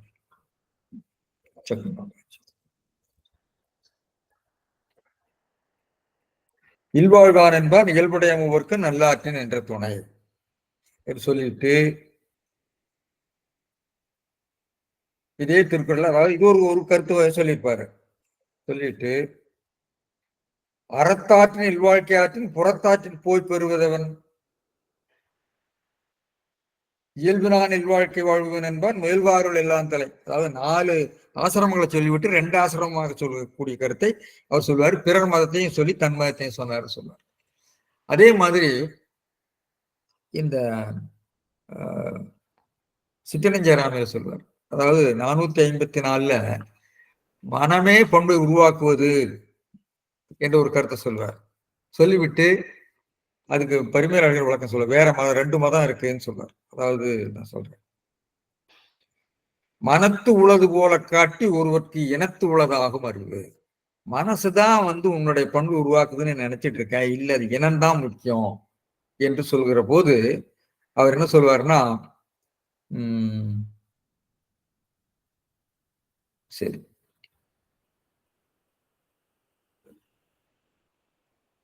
பாருங்க, விசேட உணர்வு தானும் மனத்தின் கண்ணே அன்றே உளதாவது என்பாரை நோக்கி ஆண்டு புலப்படும் துணையே உள்ளது, அதற்கு மூலம் இனம் என்பது இதனால் கூறப்பட்டது சொல்ல. அடுத்து 459ல சொல்லுகிற போது மனநலத்தின் ஆகும் மறுமை மற்றதும் இனநலத்தின் ஏமாப்புடைத்து என்ற திருக்குறள்ல, அதாவது மனநலம் தான் முக்கியம், ஆனால் இனநலம் ரொம்ப முக்கியம் அப்படின்னு சொல்லிட்டு அவர் அதுக்கு உரை எழுதுற போது பொருள் எழுதுவார் பாருங்க. மனநலத்தின் ஆகும் மறுமை என்றது பயப்பது மனநன்மைதானே பிரிதொன்று அன்று என்னும் மதத்தை உடன்பட்டு கூறியவாறு. எல்லாத்துக்கும் மனசுதானே காரணம் அப்படின்னு சொல்லக்கூடியவருடைய கருத்தை உடன்பட்டு விட்டு, சரியா அப்படியே வச்சுக்கோ, ஆனா அதை விட இனம்தான் முக்கியம். திருவள்ளுவருக்கு இனம்தான் முக்கியம், மனமும் முக்கியம், இனமும் முக்கியம். அப்படி அப்போ பிறர் மதத்தை சொல்றதுங்கிறது பாக்குறோம். அதே மாதிரி உடம்படு புணர்த்தல் ஒன்று வருகிறது, அதுக்கு நான் ரொம்ப போகல. அது உடம்படு புணர்த்தல்ங்கிறது கொஞ்சம் காம்ப்ளிகேட்டட். அதாவது நாம் சொல்லுகிற மொழியிலேயே அந்த கருத்தை பெற வைக்கிறது. ஐந்தவித்தான் ஆற்றில் ஐந்தின் வகை தெரிவான் கட்டே உலகு என்பதுல ஐந்தின் வகை தெரிவான் என்று சொல்றதுனால அந்த வகை தெரிவான் ஆகிய புருடனையும் அவர் சேர்த்துக்கிட்டாரு. 5 வகைகள்ல 5 வராது, 20 24 தான் வரும். 25வது வரக்கூடியது அந்த வகை தெரிவான் தான், அது புருஷன், அது சாங்கிய தத்துவம். அதுல உடம்படுத்தல் சொன்னி பெருமையாளர் சொல்லுவாரு. இன்னொரு இடத்துல இன்பத்துப்பால்ல வருகிறது, அதுல கருத்து வேறுபாடு இருக்கு, அதுக்கு நான் போகல. வைமுகோ அது உடம்படு குணத்துங்கிறது உத்தி இல்லை என்று ராகவங்கார் சொல்லியிருக்காரு. ஆனா கோவடி வச்சுட்டார், அது உடம்படு உத்தியாக எடுத்திருக்கிறார். அதில் உத்தியாக எடுக்க முடியுமா என்று எனக்கும் ஒரு சந்தேகம் இருக்கிறது. ராகவங்கார் கருத்து சரிதான் என்று எனக்கு தோன்றுகிறது. நான் அதுக்கெல்லாம் போகல. அப்புறம் அடுத்தது இன்னொன்று மிகை என்ற ஒன்று இருக்கிறது, லேசம் சொல்லுவாங்க, வேண்டாம் கூடுதல். அதாவது ஒரு கருத்து ஒரு சொல்ல கூடுதலா போட்டுருவாங்க. அது ஏன்டா அதை போட்டிருக்காங்கன்னா அதுக்கு ஒரு கருத்து இருக்கு. அதாவது வாய்ச்சொல் என்ன சொல்லுனாலே வாயில சொல்றதுதான், வாய்ச்சொல்லுங்கிறப்ப வேண்டா கூறினார் என்று நம்ம பார்க்கிறோம். எனவே இது மாதிரி சில உத்தி வகைகளையும் பரிமையாளர்கள் சுட்டி காட்டுறாங்க. எனவே குறள் அமைப்புல மாட்டெறிதல் வேற, மாட்டு வேற, மாட்டெறிதல்ங்கிறது உத்தியில வர்றது. மாட்டு என்பது செய்யுளும். 2 மாட்டுனா ஒரு கொஞ்சம் மேல மாற்றம். அதாவது 10 பாட்டுல நச்சரா இருக்கிற வாக்கியங்களை முன்னாடி உள்ள வாக்கியத்தை கடைசியில் உள்ள வாக்கியத்தை கொண்டு அது மாட்டு. இது மாட்டு எறிதல்ங்கிறத நான் அங்கேயே சொல்லியிருக்கிறேன், அங்கேயே பார்த்துக்கொள், தொழிற்பெயர் எல்லாம் சொல்றது அது அனுவிருத்தின்னு சமஸ்கிருதத்தை சொல்லுவோம். இப்ப இது சொல்றப்ப எனக்கு சற்று ஞாபகம் வந்தது, நம்ம நண்பர் டாக்டர் ஜான் லுக் செவியார் நம்ம இதுல இருக்கிறாரு. அவர் உத்தியை பத்தி ஒரு அருமையான கட்டுரை. அவர் சேனாவரத்தை பிரெஞ்சு மொழியில மொழிபெயர்த்தார். அவர் ஒரு நல்ல ஒரு கட்டுரை, 50 பக்கம் 60 பக்கம் மிக அருமையான கட்டுரை எழுதியிருக்கிறாரு.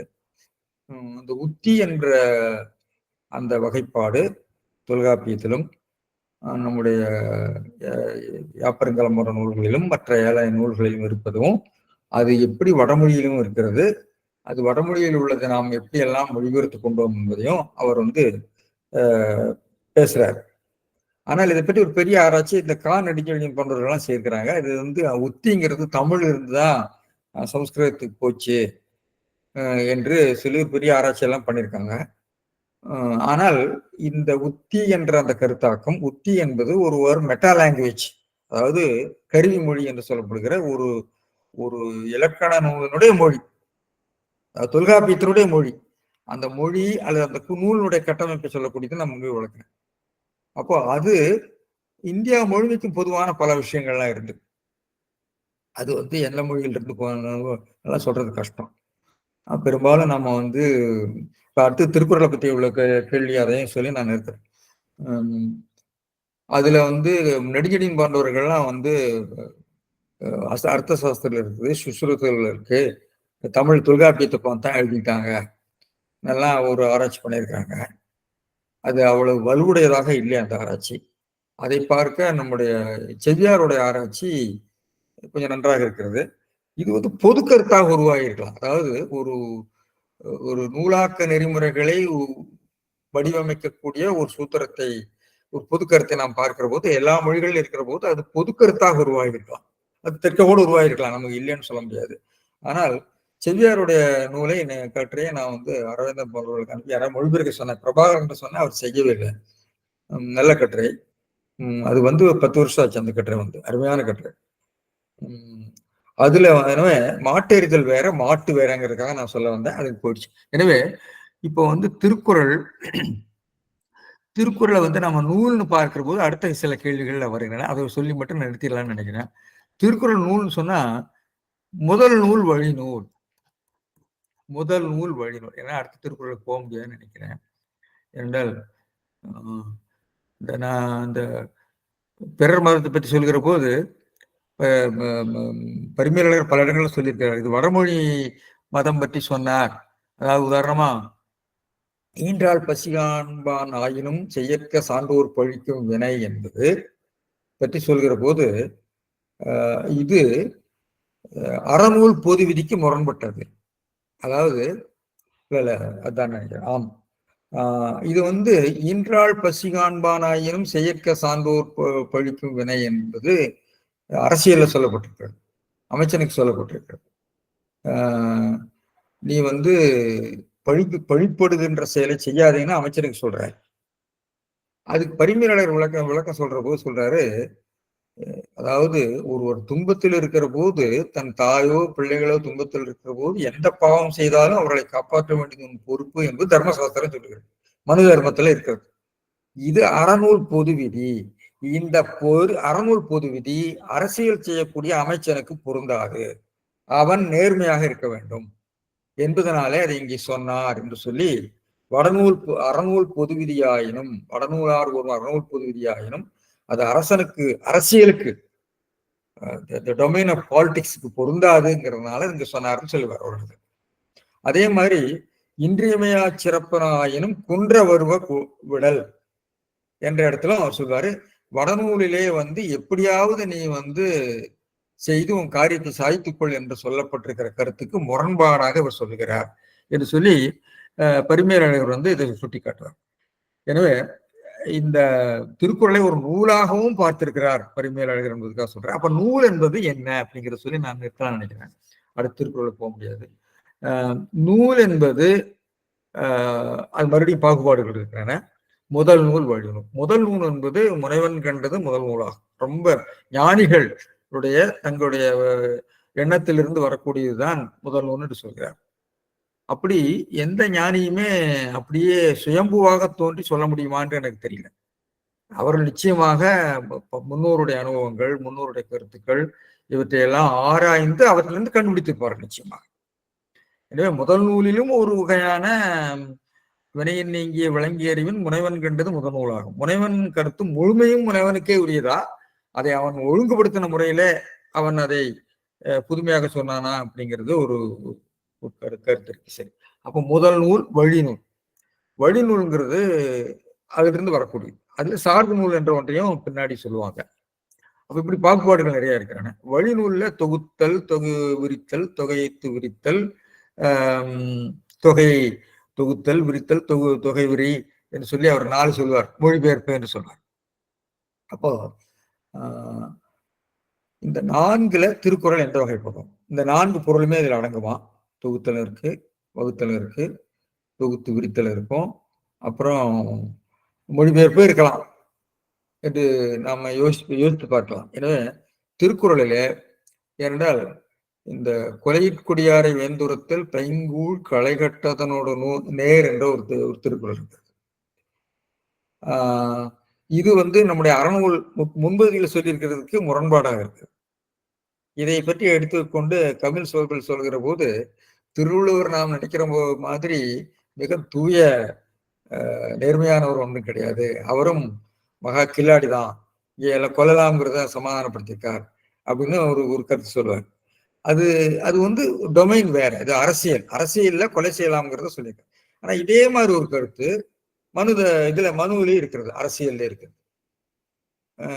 இது அதனுடைய மொழிபெயர்ப்பா என்ற ஆராய்ச்சிக்கெல்லாம் நான் போகல. அதே மாதிரி ஒரு கருத்து இருக்கிறது.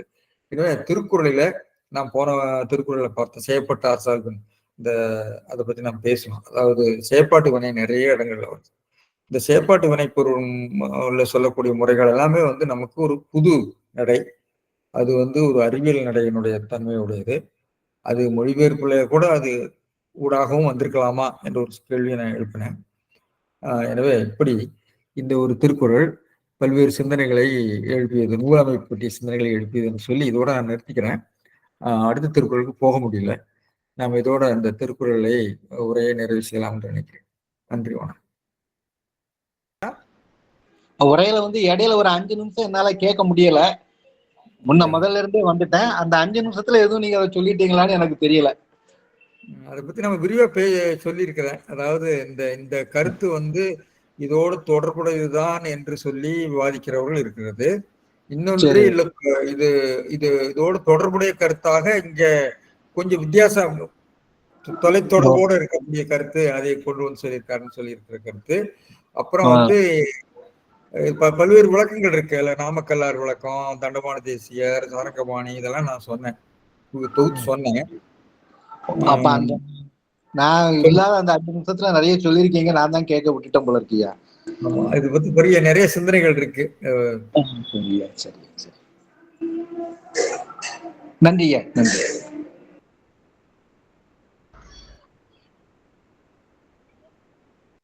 சார் இதுல சார் வருது இல்லைங்க சார், இதுல அணி அப்படி, அதாவது முரணணி மாதிரி இருக்குல்ல, அதை பற்றி ஏதாவது பேசியிருக்காங்களா சார்?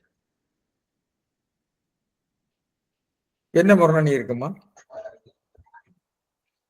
சாரி மறவர்க்க துறவர்க்க, அத முரணணின்னு ஒரே பொருள் அர்த்தத்துல நான் சொன்னேன்லம்மா.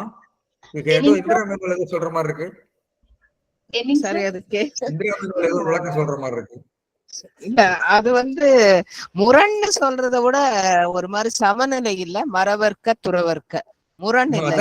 ஒரு சினோனிம், அதான் பேராஃப்ரைஸ் பண்ணிருக்காரு, சினோனிமஸ் பேராஃப்ரைஸ். அதை பத்தி மாதையன் சொல்வாரா? வள்ளுவருக்கு கொஞ்சம் இந்த மாதிரி பேரலல்ஸ் வைக்கிறது ஒரு இது இருக்குது இல்ல, சமநிலையில சிலதை அமைத்து காட்டுது. இது பொதுவா அறநூல்களுக்கு உண்டு. நீதிமொழிகள்ல கூட நமக்கு இந்த மாதிரி நிறைய வரும். பைபிள்ல 2 ஒரே மாதிரி இருக்கிற காரியங்களை பக்கத்துல வைக்கிறது.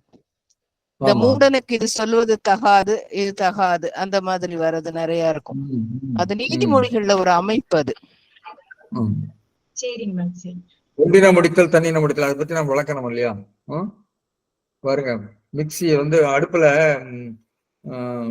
மிக்சியை பார்த்து, மிக்சியா குக்கரை பார்த்து நிறுத்துங்கன்னு சொல்றப்ப பக்கத்துல கீரை இருக்கு, அதுக்கு கரிஞ்சு போச்சான்னு பாருங்க, அதையும் பாருங்கன்னு சொல்ற மாதிரிதான். அப்புறம் என்னுடைய கேள்வி மாதேன் சார் இருக்காரா? சொல்லுங்க சார். வணக்கம் சார். அந்த மறவர்க்க துறவர்க்கங்கிறது ஒரு மாதிரி சினோனிம் இல்லைனாலும் அதே பொருள்பட வரக்கூடியதுன்னு நான் நினைக்கிறேன். அதாவது நான் அவருக்கு பத்திரிக்கை போட மறந்துட்டேன், விட்டு போச்சு. சொல்லுங்க சார். அப்ப மறத்தலும் விட்டு போதலும், மறதியும் கூட ஒரு வகையான விட்டு போதல் தானே? மறதி என்பது விட்டு போவதால் வருவதுதான் மறதி. உங்களுக்கு இல்ல நான் என்ன சொல்றேன்னா, விட்டு போதல் என்ற ஒரு மேல்நிலை சொல்லுக்குள்ள மறதியை அடக்கினா அதனுடைய ஒரு அப்படி ஒரு சினானிமா கொண்டு வர முடியுமானுங்கிறதா என்னுடைய கேள்வி. பத்திரிக்கை வரைக்கும் போட மறந்துட்டேன், விட்டு போச்சு. அப்படி கொண்டு வர முடியுமான்னு தெரியல சார். எல்லாம் அதை கான்டெக்ஸ்ட் கேட்கறேன், செமாண்டிக்ஸ்ல ஏதாவது இருக்கான்னு கேட்கறேன் உங்களுக்கு. செமாண்டிக்ஸ்ல அப்படி இல்ல. பெரும்பாலும் ம். சினானிமே இல்லைங்கிற ஒரு கான்செப்ட் இருக்கு. ஆமா இருக்கு. ஆமா. இன்னொன்னு அது பார்ஷியல் சினானிம், ம். ஃபுல் சினானிம், அப்சல்யூட் ம். சினானிம்னு 3ஆ பிரிக்கிறார். ஓஹோ ஓஹோ. பார்ஷியல், அப்சல்யூட், இந்த மாதிரி 3ஆ பிரிக்கும் போது ம். அதுக்குள்ள நமக்கு இது வராதா? எதில் அடக்கலாங்கிறது நமக்கு சிக்கல்கள் இருக்கு நமக்கு. ஏன்னா ஒரு சொல்லுக்கு இன்னொரு சொல் சினானிமா வருதுன்னா எல்லா சூழல்கள்லையும் இந்த 2 சொல்லையும் பயன்படுத்த முடியாது. ஒரு சொல்லினுடைய எல்லா சூழல்களையும் இன்னொரு சொல்லையும் பயன்படுத்த முடியாது. அப்படி இருந்தால்தான் அது அப்சல்யூட் சினானிம் அப்படி சொல்லியிருக்காங்க. அதனால இது மாதிரி பார்ஷியல் சினானிம் என்பதற்குள்ள நம்ம இதெல்லாம் அடக்கிக்க முடியுமாங்கிறது பார்க்கலாம். சார் அதோட துரத்தல் ஒரு மாதிரி ரொம்ப ஸ்ட்ராங் வேர்டு இல்ல, அது கம்ப்ளீட்டா உன்னை விட்டுறது. சாதாரணமா நீங்க மறந்து போய் விடுறது இல்ல, நீங்க விட்டுட்டேன், இன்விடேஷன் அனுப்புறதுக்கு நான் விட்டுட்டேன்னு சொல்லும் போது அது ஒரு டைப் ஆஃப் மறதியை தான் நீங்க சொல்றீங்க. ஆனா துரத்தல் அதனாலதான் சொல்றேன் பார்ஷியலா வருதான்னு. சார் அதான் சொல்றாரு, பார்ஷியலா இருக்காங்கிறது தான். ஆனா துரத்தும் போது நம்ம வேணும்னே துறந்துடுறோம்ல. வேணும்னு துறக்கிறது வேற, மறந்து போறது வேற இல்லையா? மறந்து போறது வேற, துறக்கிறது வேற. அதாவது நீங்க அந்த இடத்துல துரத்தல் அப்படிங்கிறது அடிப்படை சொல்லாகவே அதாவது துரத்தல்ங்கிற அடிப்படை சொல்லாகவே எடுக்காமல் அதை விட்டு போதல் என்ற அந்த அடிப்படை பொருள் எடுக்காம மறந்து போதலினுடைய தன்மையுடைய பொருளாக எடுக்க முடியுமா அப்படிங்கறத பார்ஷியல் சினானிமா எடுக்கலாமாங்கிறதா என்னுடைய கேள்வி. அப்படி எடுக்க முடியுமான்னு தெரியல சார். துரத்தல் தமிழ் லெக்சிக்கன்ல 3 பொருள்ல கொடுத்திருக்காங்க. ஒன்னு துறவு பூணுதல், இன்னொன்னு கைவிடுதல், நீங்குதல், 3 பொருள். அதுக்கு மேல அவங்க கொடுக்கல. அதுல கொடுக்கல. ஆனா சார் திருக்குறளை நீங்க உள்ள பாத்தீங்கன்னா துரத்தல்ங்கிறது மறத்தல்ங்கிற பொருள்ல மாதிரி இப்ப துறைவன் துறந்தமை தூற்றாகொள்ங்கிறதுல என்ன சொல்லுவீங்க இந்திரா? என்ன சார்? துறைவன் துறந்தமை தூற்றாகொள். அது அவன் கைவிட்டான்னு தானே சொல்றான் அந்த இடத்துல. அந்த ரொம்ப ஸ்ட்ராங் வேர்டு சங்க இலக்கியத்துல. துறைவன் துறந்து விட்டான்னு சொன்னாலே அவன் விட்டு போயிட்டான். இல்ல நம்ம திருக்குறள் என்ன சொல்லியிருக்காரு? நான் கேக்குறது என்னன்னா, இந்த இடங்களுடைய அதனுடைய செமாண்டிக் இது இருக்கு இல்லையா, அதனுடைய பொருள் தன்மை இடத்துக்கேற்ப வேறுபடக்கூட வாய்ப்பு இருக்கிறதா அப்படிங்கறதா என்னுடைய கேள்வி. இல்ல அப்படிதான் சார் சொல்லே வர முடியும். கான்டெக்ஸ்ட் தானே, சூழல் தானே தீர்மானிக்குது பொருளை. ஆமா, தீர்மானிக்கிற பொழுது நம்ம அந்த கான்டெக்ஸ்ட் பொருத்தி பார்க்கணும். மறவர்க்க என்பது வந்ததுனால நீங்க துறவர்க்க என்பதை அதோட பொருத்தி பார்க்கறீங்க. ஆமா ஆமா ஆமா. அது வேற பொருள் ஏன் இருக்கக்கூடாதுங்கிறதா நமக்கு கேள்வி. இவங்க கைவிடுதல் அப்படின்னு விட்டு விடுதல் தானே பரிமேலர்கள் எழுதியிருக்காரு. விடாதொழிகன்னு தான் சொல்லியிருக்காரு. பரிமேலழகர் எழுதியிருக்காரு. நாம இப்படியே சிந்திக்க கூடாதுங்கிறத என்னுடைய கேள்வி. அது பொருத்தமுடையதா படலையே சார். அது இல்ல சார், பல இடத்துல பேசிக் மீனிங்ல இருந்து நம்ம ரொம்ப தள்ளி போகாம இருக்கிறது நல்லது. நம்ம அப்புறம் வேற மீனிங் கொடுத்துருவோமே ஒரு வேர்டுக்கு. இல்ல பேசிக் மீனிங் கண்டுபிடிக்கிறதே பெரிய சிக்கல். சங்க இலக்கியத்திலயும் இலக்கியத்துல வர பல சொற்களுக்கு நம்ம சம்பந்தமே இல்லாத பொருள்கள்லாம் நிறைய இருக்குது. இப்போ பேசிக் பொருள்ங்கிறது நம்ம மனசுல இருக்கிறதா பேசிக் பொருள். எனக்கு ஒரு சொல்லினுடைய பொருள் பேசிக்கா இருக்கும், மற்றவருக்கு வேறதா இருக்கும் இல்லையா? இல்ல அப்படி இல்ல சார். அதனுடைய எட்டிமாலஜி இருக்குல்ல சார், ஆரிஜின், ஹிஸ்டாரிக்கல் ஆரிஜின்ல எது முதல் பொருளா வந்திருக்கு, அதற்கு மேல எதெல்லாம் எக்ஸ்டெண்ட் ஆயிருக்குன்னு பார்க்கணும். நமக்கு அந்த மாதிரியான ஒரு அகராதி இல்லாததுனால நமக்கு பிரச்சனைகள் நிறைய இருக்கு. அதனால நம்ம வரலாற்று ரீதியான ஒரு அகராதியை தொகுக்கிற பொழுதுதான் இந்த சிக்கல்கள்லாம் நமக்கு தீர்க்க முடியும்னு நினைக்கிறேன். அந்த மாதிரியான ஒரு முயற்சி நமக்கு நடக்கல. இவங்க போட்டிருக்க வரலாற்று முறை தமிழ் அகராதியிலாம் அந்த முறையே இல்லை. லெக்சிக்கல்ல முழுக்க லாஜிக்கல் தான் கொடுத்துருக்காங்க. ஏன்னா தொடக்க முயற்சி தானே சார், நம்ம அது பெரிய குறையா இல்ல சொல்ல இல்ல முடியாது. குறை சொல்லல, நமக்கு குறை சொல்லல, நம்ம அதை ஹிஸ்டாரிக்கலா அதை பார்க்கலங்கிறது தான் நம்ம குறைய, வேற ஒண்ணும் இல்லை. நம்ம குரோனாலஜிக்கல் அகலக்கால் வைத்துக் கொண்டு வரலாற்று அகராதி தயாரிப்பது என்பதை விட சிங்க்ரானிக் டிக்ஷனரிஸை தயாரிச்சுட்டு அப்புறம் ஹிஸ்டாரிக்கல் டிக்ஷனரிஸ் போயிருந்தோம்னா நமக்கு நிறைய சிக்கல்கள், இந்த மாதிரி வருகிற சிக்கல்களை எல்லாம் தீர்த்திருக்கோம். நம்ம அதையே செய்யல. சங்க இலக்கிய அகராதி நாங்க தொகுத்த 3 ஆண்டுகள் வீணா போனதுதான் மீதி. அதுல பொருளை தீர்மானிப்பதுல பல சிக்கல்கள் இருக்கு சார். இண்டெக்ஸ், அத்தனை இண்டெக்ஸும் வைத்து கொண்டுதான் பார்த்தோம். ஒருவர் என்ன பண்ணாருன்னா, நம்ம சுப்பிரமணியம்னு பேராசிரியர், திருநெல்வேலி பேராசிரியர், அவர் அந்த இண்டெக்ஸ்ல உள்ள மீனிங் எல்லாம் எடுத்து எழுதிட்டார். அப்புறம் நாங்க டெக்ஸ்டுக்கு போய் உரையாசிரியர்களை வைத்துக்கொண்டு திரும்ப செக் பண்ணி அப்புறம் நாங்க அதை மாத்தி எழுதணும். இந்த மாதிரி பல சிக்கல்கள் இருக்கு. அது இல்லாம அவங்க போட்ட இண்டெக்ஸ், ஒவ்வொரு இண்டெக்ஸுக்கும் ஒரு நோக்கம் இருக்கு. அந்த நோக்கத்துக்கு தான் அவங்க அந்த பொருளை சொல்லியிருக்காங்க. பல சிக்கல்கள், ஏராளமான சிக்கல்கள் அதுக்குள்ள இருக்கு அந்த இண்டெக்ஸ்ல. ஏன்னா அந்த டெக்ஸ்டே நமக்கு ரொம்ப காலகட்டத்துக்கு பிறகு நமக்கு வருகிற ஒரு டெக்ஸ்டா இருப்பதனால அதனுடைய பொருளை விளங்கிக் கொள்வதில் ஏராளமான பிரச்சனைகள் இருக்கு. அது தீர்மானிப்பது ஏதாவது ஒரு வகையில தீர்மானிச்சு கொடுக்க முடியுமா என்பதுதான்.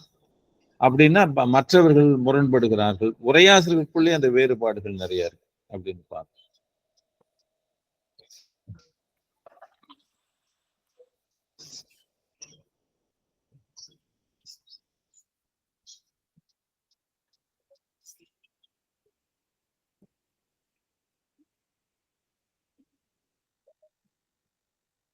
சார் இந்த உத்திகள் சொன்னீங்கல்ல சார்? ஆமா ஆமா. அது அந்த ட்ரீடைஸ் மட்டும்தான் வருமா, இலக்கியத்துக்குள்ளேயும்? இலக்கியத்துக்குள்ள வராது சார். இலக்கியத்துக்கு உரியது அல்ல, அது நூலுக்குரியது. நூலுக்குரியது, இலக்கியத்துக்கு வராதா சார்? அது இலக்கியத்துக்கு வராது. இலக்கியத்துல நீங்க பொருத்தினீங்கன்னா அது நூலாக நீங்க கருதுனீங்கன்னு அர்த்தம். நீங்க பொருத்தக்கூடாதுன்னு இல்ல, அது வந்து நூலுக்கு தான் சொல்லியிருக்காங்க. நூல் அமைப்பு தான் தந்திர உத்தி, அது அறிவியல் நூல், சாஸ்திர வர்க்கக்கு உள்ளதுதான் அது. மற்றதெல்லாம் உங்களுக்கு செய்யுள் உறுப்புல வருது இல்லையா, செய்யுள் உறுப்பு தனியா சொல்லிடுறாரு. ஆனா லிட்ரரி ப்ரொடக்ஷன் வருகிற பொழுது இந்த மாதிரியான சில உத்திகளை பயன்படுத்தியும் இலக்கியம் நாம அது பொது பொருளை பயன்படுத்துறோம் சார். உத்திங்கிற பொது, அதாவது சில கூறுகள் இருக்கலாம். ஆனா வந்து அந்த 32 உத்திங்கிறது ஒரு சயின்டிபிக் ஒர்க்கு, அதாவது அறிவியல் நூல்களுக்குரிய நூலமைப்பு, கட்டமைப்பு, நெறிமுறைகள் நிர்மாணம் பண்றது. அதை நீங்க சார் உத்தி சொல்றீங்கல்ல, இந்த உத்தியை பொறுத்த வரைக்கும் ஒருவேளை அதை இன்னும் கொஞ்சம் ஆராய்ந்து பார்த்துதான் இலக்கியத்துக்கு ஏதாவது பொருத்திக்க முடியுமான்னு பார்க்கணும். ஆனா அதுல வந்து சில இதெல்லாம் சொல்றாங்கல்ல, ஒரு நூலுக்குரிய, அதுக்கு வார்த்தை வரல எனக்கு, இதெல்லாம் அதுல இருக்கிற குறைபாடு, தவிர்க்க வேண்டிய குறைபாடுகள் அப்படின்லாம் நம்ம சொல்றோம்ல, அது சொல்லும் போது அவரே சொல்றாருல, இல்ல அது உத்தியில வராது சார், அதுக்கு மற்றது வருது இல்ல, அதாவது நம்ம தவிர்க்கப்பட வேண்டியவை, குன்ற கூறல், கூறியது கூறல், இப்படி வரதெல்லாம் இருக்குல்ல, குற்றங்கள் சார். அந்த அது வந்து ஆக்சுவலா நம்ம வந்து இலக்கியத்துக்கு முழுசும் பொருந்தாது இல்ல, சிலது பொருந்தது இல்ல. கூறியது கூறல்லாம் அது வந்து வல்லார் செய்யின் அது இதுவா இருக்கும், நல்லதா இருக்கும். வல்லார் அல்லாதவர் செய்யின் அது தவறாகும் சொல்லுறாருல. கூறியது கூறல் ஒரு இலக்கிய உத்தியாச்சு. ரெப்படிஷன் கண்டிப்பா இலக்கிய உத்தி. கூறியது கூறல் குற்றத்துல தானம்மா கொண்டு வந்து சேர்க்கிறாங்க, குற்றத்துல சொல்றாரு. பட் ஆனாலும் அந்த இடத்துல வந்து அவரே சொல்றாருல, கடைசியா உரையாசிரியர் சொல்லும் போது சொல்றாரு, இதெல்லாம் கூட குன்ற கூறல்லாம் கூட நம்ம வந்து வல்லார் செய்யின் சரியாகும், இல்லைன்னா அப்படி ஒரு வார்த்தை கூட அங்க வருது. ஆனா அங்க வர எதெல்லாம் நூலை பொறுத்த வரைக்கும் குற்றம் என்று சொல்லப்படுகின்றதோ அதெல்லாம் இலக்கியத்தை பொறுத்த வரைக்கும் நிறைய காரியங்கள் அங்க ஒரு நம்ம சொல்ற மாதிரி ஒரு லிட்ரரி உத்திகளா பயன்படுற வாய்ப்பு நமக்கு இருக்குது. முக்கியமா கூறியது குரல் முக்கியமான ஒரு உத்தி, ரெப்படிஷன். எனக்கு உத்தி பத்தி தெரியல, அது 32 இன்னொரு தடவை ஆராய்ந்து பார்த்தாதான் தெரியும். ஆனா அது ஒரு மாதிரி இலக்கண விதிகளுக்குள்ள ஒன்றோடு ஒன்று தொடர்பு படுத்துற நிலையில தான் நிறைய வருது. அதை இங்க எடுக்க முடியும்.